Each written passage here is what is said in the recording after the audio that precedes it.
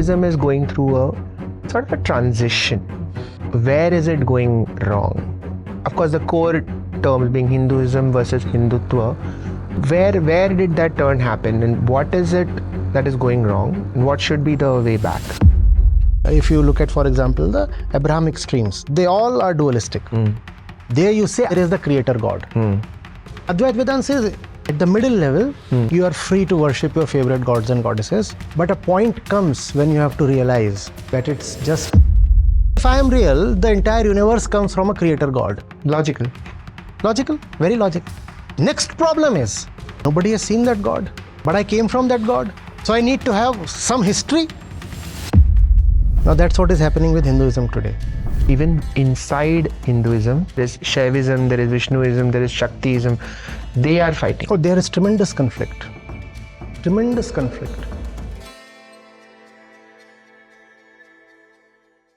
Today, in the nation and across the world, Hinduism is going through a sort of a transition, which I'm struggling to understand. Where is it going wrong? With, of course, the core terms being Hinduism versus Hindutva. Where did that turn happen, and what is it that is going wrong, and what should be the way back? It started with the emergence of dualistic interpretations of Vedanta in the 11th and 12th centuries.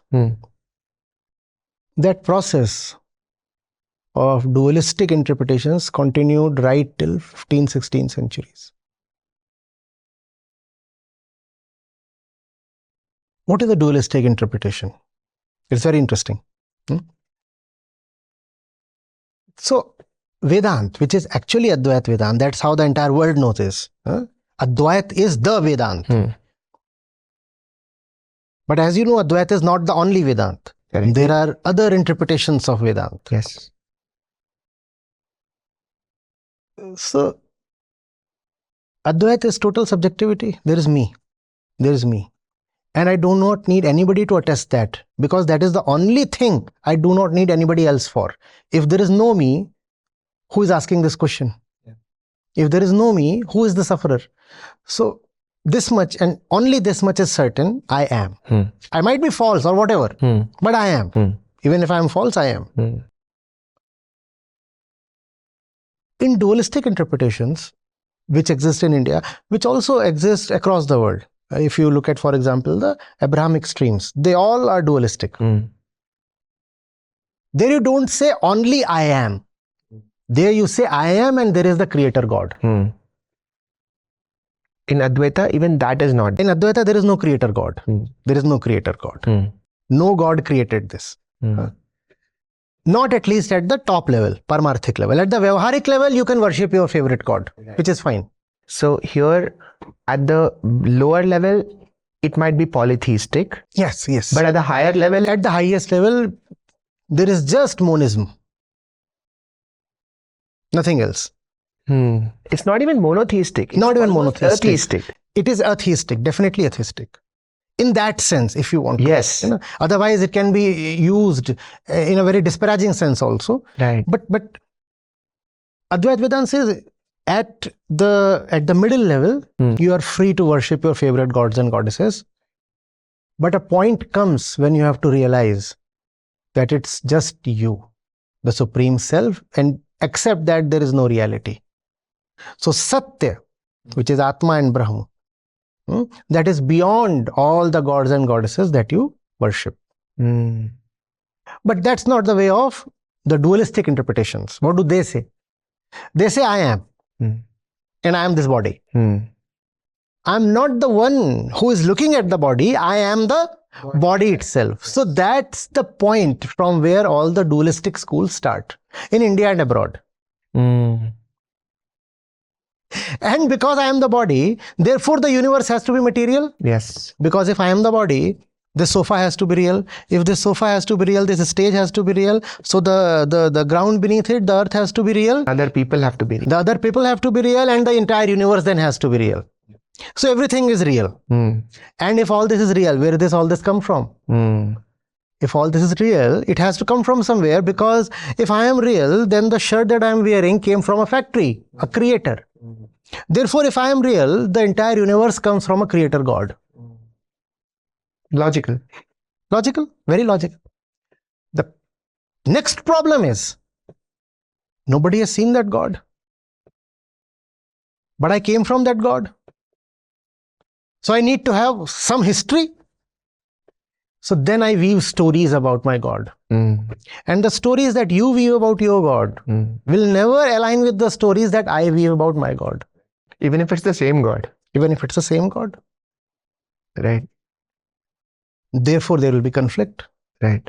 Now that's what is happening with Hinduism today. It is moving more and more in direction of stories. You have your stories and you want them to be believed as the truth.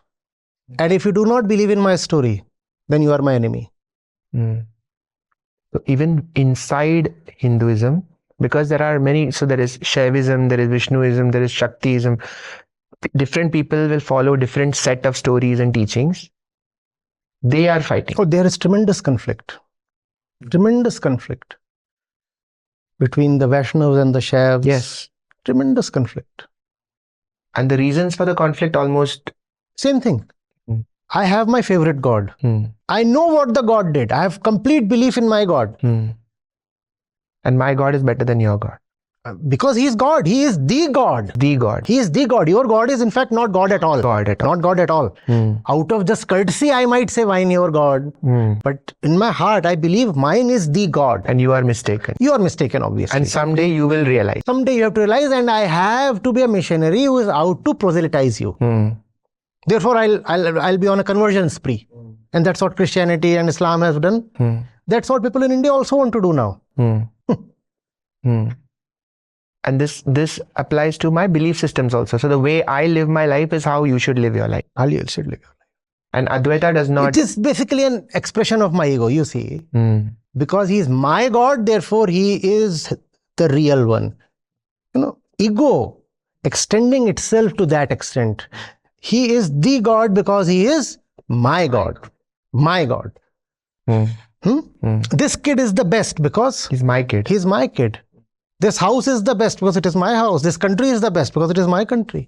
Same thing. My national anthem won the best anthem award. Same thing. Same thing. Just an expression of that good old ego. The old limbic system playing its role. Playing its role. At the highest stages. At the highest stages. With disastrous consequences. I think that made a lot of things click for me. You know, we talk of liberalism. Sanatan Dharma.